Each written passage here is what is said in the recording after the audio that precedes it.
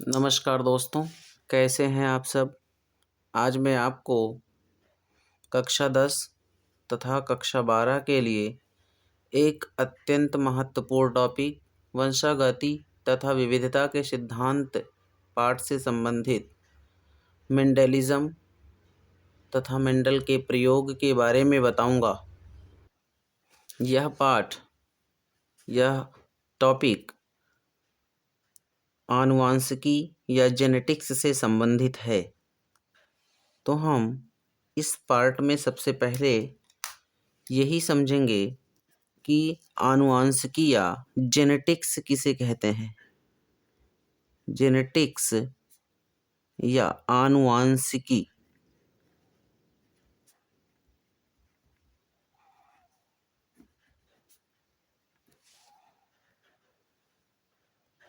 आनुवांशिकी 3 शब्दों आनु प्लस वंश प्लस इकी से मिलकर बना हुआ है, जिसमें आनु का अर्थ है आने वाली, वंश का अर्थ है पीढ़ी, इकी का अर्थ है चले जाना या एकांतरित होना। अर्थात आनुवांशिकी का अर्थ होता है कि आनुवांशिक लक्षणों का आगे आने वाली पीढ़ियों में स्थानांतरित होना या चले जाना। यही प्रक्रिया आनुवांशिकी कहलाती है। आनुवांशिकी के जनक सर ग्रेगर जॉन मेंडल हैं। सर ग्रेगर जॉन मेंडल हैं। आनुवांशिकी का जनक सर ग्रेगर जॉन मेंडल को कहते हैं। बच्चों, मेंडल का जन्म 22 जुलाई 1822 को जर्मनी के सिलीसिया नामक गांव में हुआ था। सिलीसिया नामक गांव में हुआ था।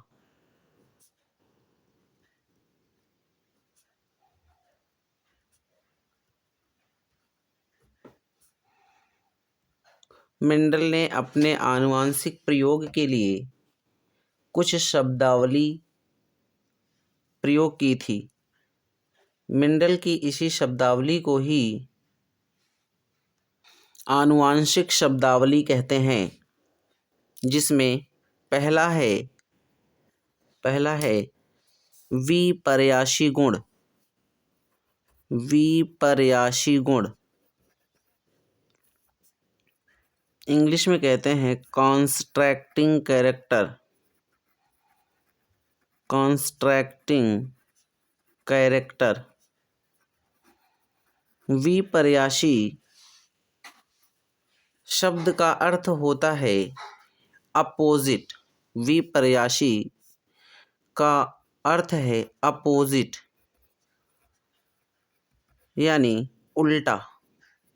एक दूसरे के विपरीत लक्षण को ही हम विपर्यासी गुण या कॉन्स्ट्रैक्टिंग कैरेक्टर कहते हैं।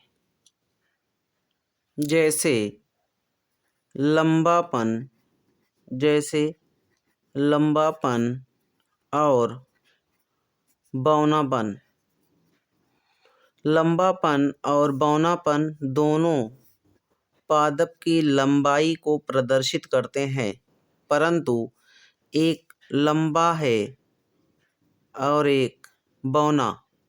तो लंबा और बौना दोनों पादप की लंबाई को प्रदर्शित करते हैं, परंतु आपस में एक दूसरे के कॉन्स्ट्रैक्टिंग या विपर्यासी गुण वाले हैं, जिसमें एक में लंबाई है लंबापन तथा एक में लंबाई है बौनापन। दूसरा शब्दावली है एलिल। एलिल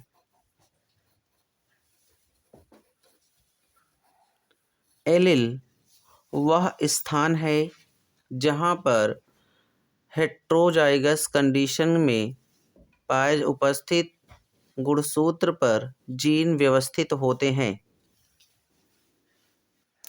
तीसरा गुण है होमोजाइगस। होमोजाइगस, होमो का अर्थ होता है समान, जाइगस का मतलब होता है युग्म या जोड़ा। जब एक ही जोड़े के दोनों कारक एक दूसरे के समान गुणधर्म वाले होते हैं तो उन्हें हम होमोजाइगस कहते हैं। जैसे capital T, small T. Capital T दोनों एक ही कारक युग्म हैं और दोनों एक समान गुणधर्मों को प्रदर्शित करते हैं। उसी तरह स्मॉल टी एक ही कारक युग्म हैं और दोनों एक ही समान गुण को प्रदर्शित करते हैं। हेट्रोजाइगस,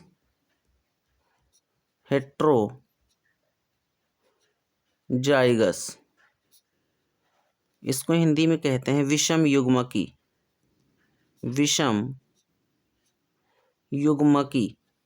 विषम युग्मकी का अर्थ होता है, हेट्रो का मतलब होता है विषम या भिन्न या विपरीत, जाइगस का मतलब होता है युग्म या जोड़ा। जब एक ही जोड़े कारक के दोनों कारक एक दूसरे से भिन्न गुणों को प्रदर्शित करते हैं तो उन्हें हम हेट्रोजाइगस कहते हैं। जैसे कैपिटल टी स्मॉल टी दोनों एक साथ के कारक युग्म हैं जिसमें कैपिटल टी शुद्ध लंबेपन को प्रदर्शित करता है तथा स्मॉल टी शुद्ध बौनेपन को प्रदर्शित करता है। ये दोनों एक ही कारक युग्म हैं परंतु एक दूसरे से भिन्न या विपरीत गुणों को प्रदर्शित करते हैं तो ऐसे कारक युग्म की अवस्था को विषम युग्मकी कहते हैं। अगला है प्योर। प्योर का मतलब होता है शुद्ध। मेंडल के नियमों का आधार शुद्धता ही थी। शुद्ध का अर्थ होता है होमोजाइगस कंडीशन, अर्थात जब दोनों एक ही जोड़े के दोनों कारक एक जैसे समान गुणों को प्रदर्शित करते हैं तो इसी अवस्था को हम प्योर या शुद्ध कहते हैं। आगे हम इसके बारे में डिटेल से आपको बताएंगे। तो होमोजाइगस कंडीशन ही प्योर या शुद्ध कहलाती है। अगला लक्षण है शब्दावली है हाइब्रिड।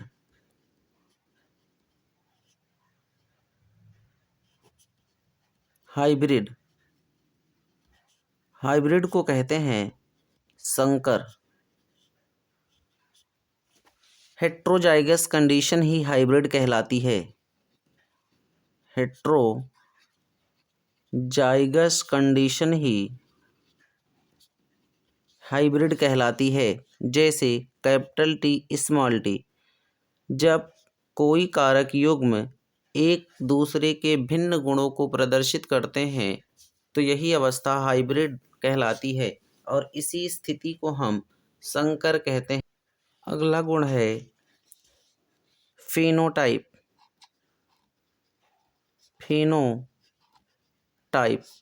हिंदी में कहते हैं लक्षण प्रारूप। मार्फोलॉजी या काइकी ही फेनोटाइप या लक्षण प्रारूप कहलाती है। या हम कह सकते हैं कि पौधे के भौतिक स्वरूप का अध्ययन ही पादप के भौतिक स्वरूप का अध्ययन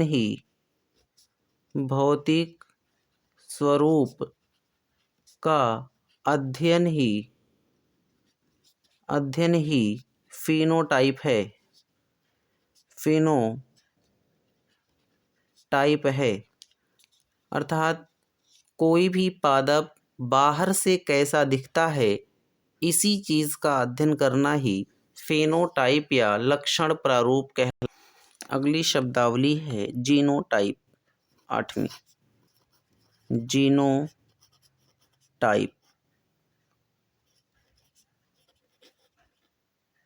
यह हम कहते हैं जीन प्रारूप। पादप के जीनों का अध्ययन करना ही जीन प्रारूप कहलाता है। जैसे कैपिटल टी, स्मॉल टी, यह जीन प्रारूप है जो हमें बताएगा कि पौधा लंबा है या पौधा बौना है। अब हम पढ़ेंगे मेंडेलिज्म के बारे में।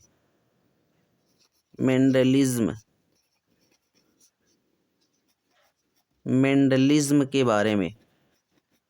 मेंडलिज्म किसे कहते हैं? मेंडल के मटर के पौधे पर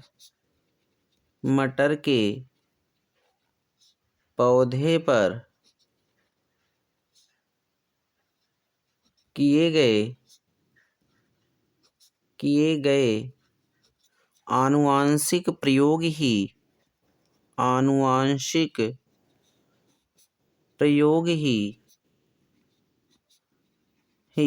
मेंडलिज्म कहलाता है।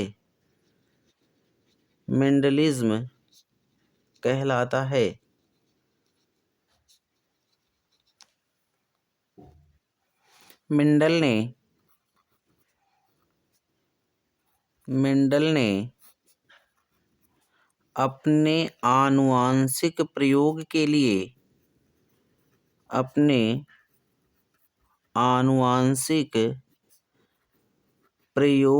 लिए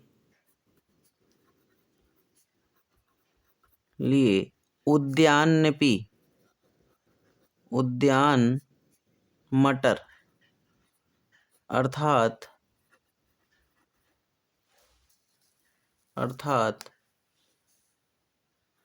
गार्डन पी का प्रयोग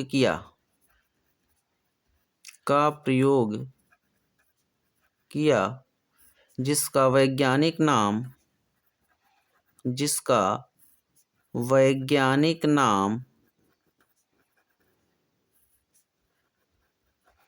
पाइजम सैटिवम है।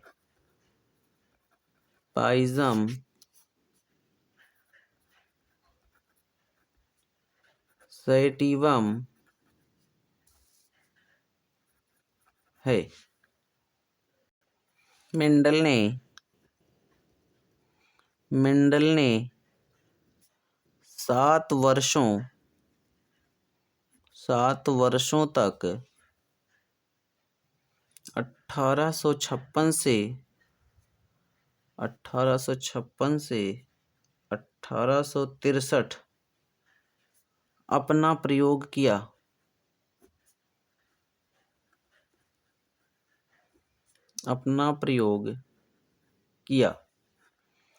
मेंडल ने अपने नियम का प्रकाशन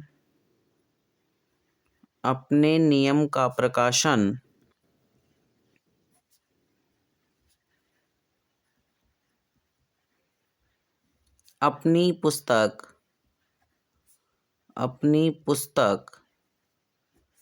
एक्सपेरिमेंट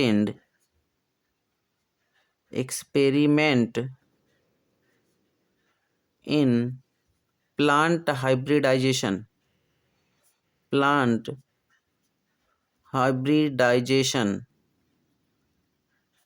में किया।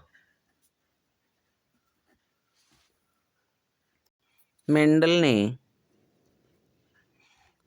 ने अपने नियम को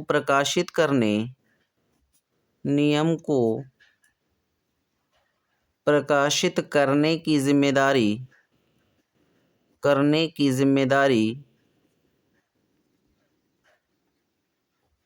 नेचुरल हिस्ट्री सोसाइटी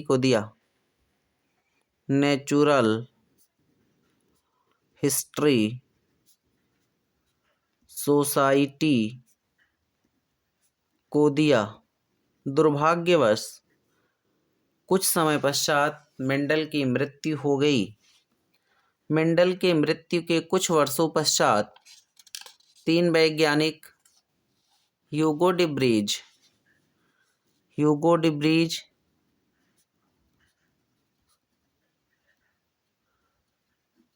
वान शेरमार्क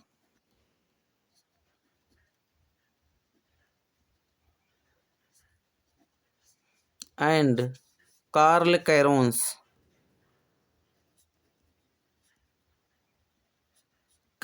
ने आनुवांशिकी के नियम बनाए और इन्होंने भी अपने नियम को प्रकाशित करने की जिम्मेदारी नेचुरल हिस्ट्री सोसाइटी को दिया, परंतु नेचुरल हिस्ट्री सोसाइटी ने बताया कि यह नियम पहले ही प्रकाशित किया जा चुका है। तो तीनों वैज्ञानिक ह्यूगो डी ब्रीज, वान शेरमार्क और कार्ल कैरोन्स ने मेंडल के नियमों की पुनर्खोज की। इन्होंने मेंडल के नियमों पर गहन सर्वेक्षणों के उपरांत बताया कि मेंडल के द्वारा बनाए गए आनुवांशिकी के नियम पूर्णतः शुद्ध हैं और इन्होंने मेंडल के नियम की पुनर्खोज कर दी। मेंडल के नियमों की पुनर्खोज की। प्रश्न पूछा जाएगा कि मेंडल के नियमों को किन वैज्ञानिकों ने खोजा। तो मेंडल के नियम को 3 वैज्ञानिकों ह्यूगो डी ब्रीज,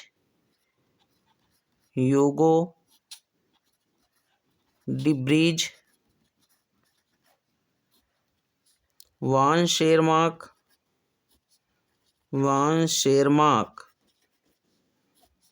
तथा कार्ल कैरोन्स ने खोजा।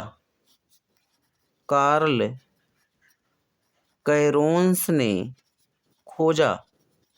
इन्होंने मेंडल को फादर ऑफ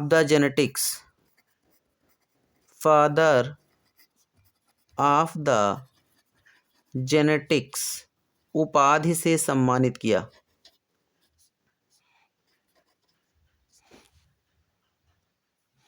मेंडल के द्वारा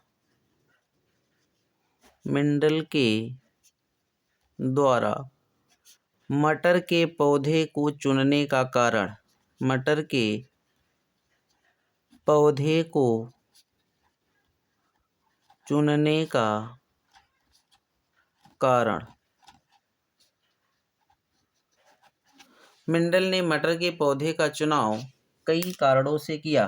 पहला कि यह एक वर्षीय होता है। यह एक वर्षीय होता है। दूसरा,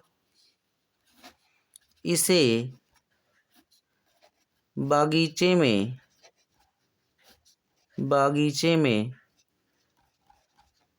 उगाया जा सकता है। इसे बगीचे में उगाया जा सकता है। प्रत्येक लक्षण के विपर्यासी गुण मौजूद थे। विपर्यासी गुण उपलब्ध थे।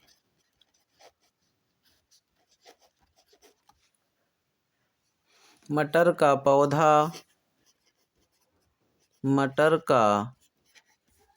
पौधा उभयलिंगी था,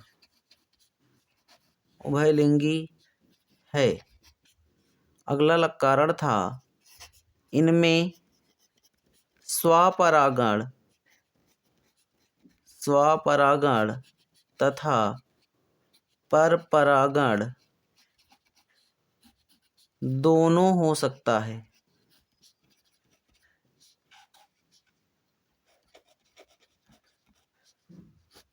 दोनों हो सकता है।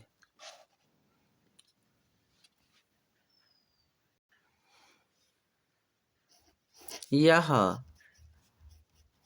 एक पीढ़ी में अनेकों बीज उत्पन्न करता है। एक ही पीढ़ी में अनेकों बीज उत्पन्न करता है। तो मेंडल के द्वारा मटर के पौधे के चुनने के कई कारण मौजूद थे। जैसे यह एक वर्षीय होता है, इसे बगीचे में आसानी से उगाया जा सकता है। प्रत्येक लक्षण के विपर्यासी गुण उपलब्ध थे। मटर का पौधा उभयलिंगी है। इनमें स्वपरागण परपरागण दोनों हो सकता है। एक ही पीढ़ी में अनेकों बीज उत्पन्न कर सकता है। मेंडल ने अपने आनुवांशिक प्रयोग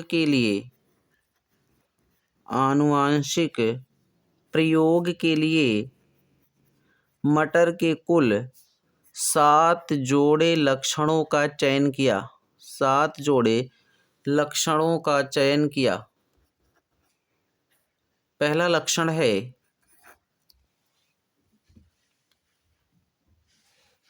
लंबापन। पहला है लंबाई।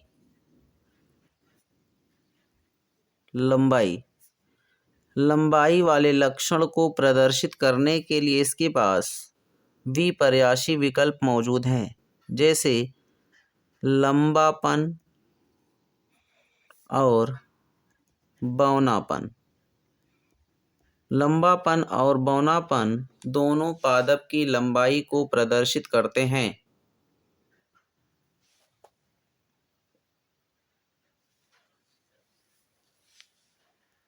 बीज का रंग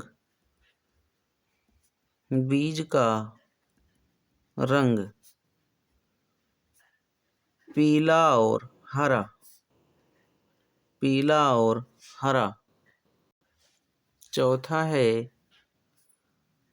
पुष्प का रंग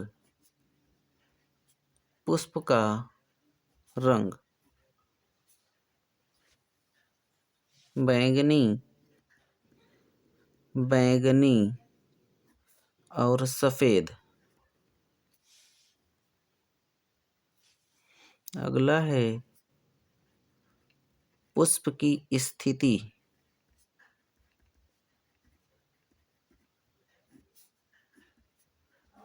कक्षस्थ और अक्षस्थ।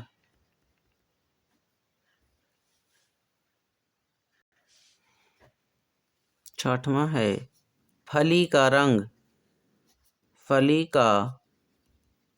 रंग हरा और पीला। सातवां है फली की आकृति।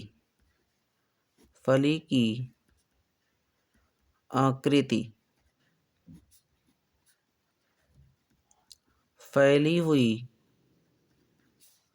सिकुड़ी हुई।